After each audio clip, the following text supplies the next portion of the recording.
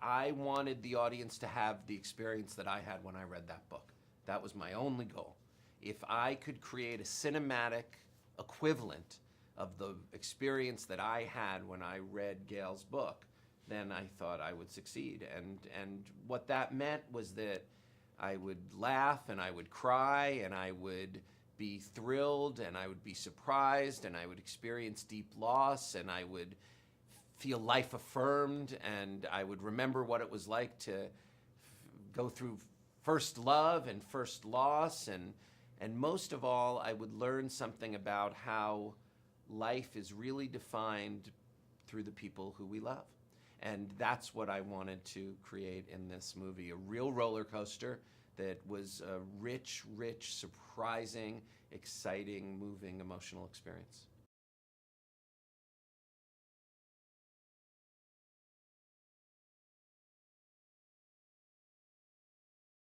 I hear from a lot of people that they think about the film long after they've seen it.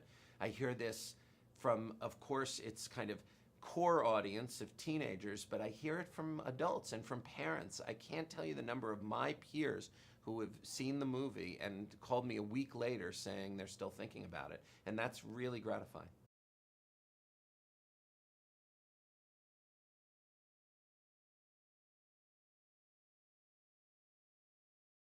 It's a remarkable group of actors. I mean, it's really it's the future Hall of Fame of American acting. You know, Murray is extraordinary, and Josh is great, and the two of them had wonderful chemistry. And of course, Stacy Keach, you know, the Babe Ruth of our acting squad. I mean, really, it brings such intensity and beauty and tenderness to his performance as Gramps. It just is fantastic. But of course, the core of the film is in the performances of Jamie Blackley as Adam and Chloe Moretz as Mia. And they both bring so much of themselves to what they have created in these characters that it couldn't help but, I think, be moving and exciting. And they have this kind of remarkable chemistry themselves. And they had it the moment they met. I mean, Jamie walked into the audition room and met Chloe, and they started working together, and we couldn't believe our eyes. I mean, they had instant chemistry, and it was exciting. It was really exciting to see, and it was exciting to work with them every step of the way.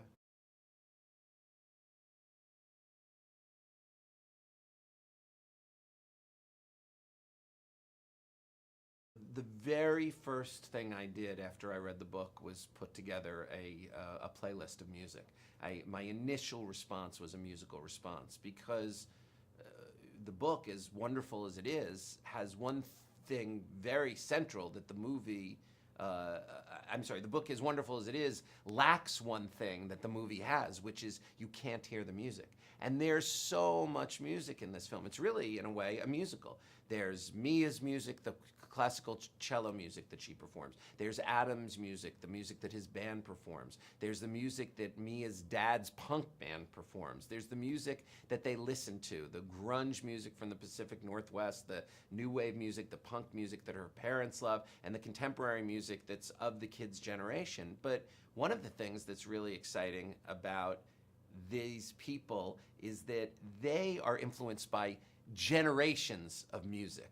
Chloe as Mia and Jamie as Adam are as influenced by Blondie as they are by the Orwells. I mean, you know, it's 30, 40 years of musical influence, and that's really exciting stuff. So there's a great palette, a rich palette to work with.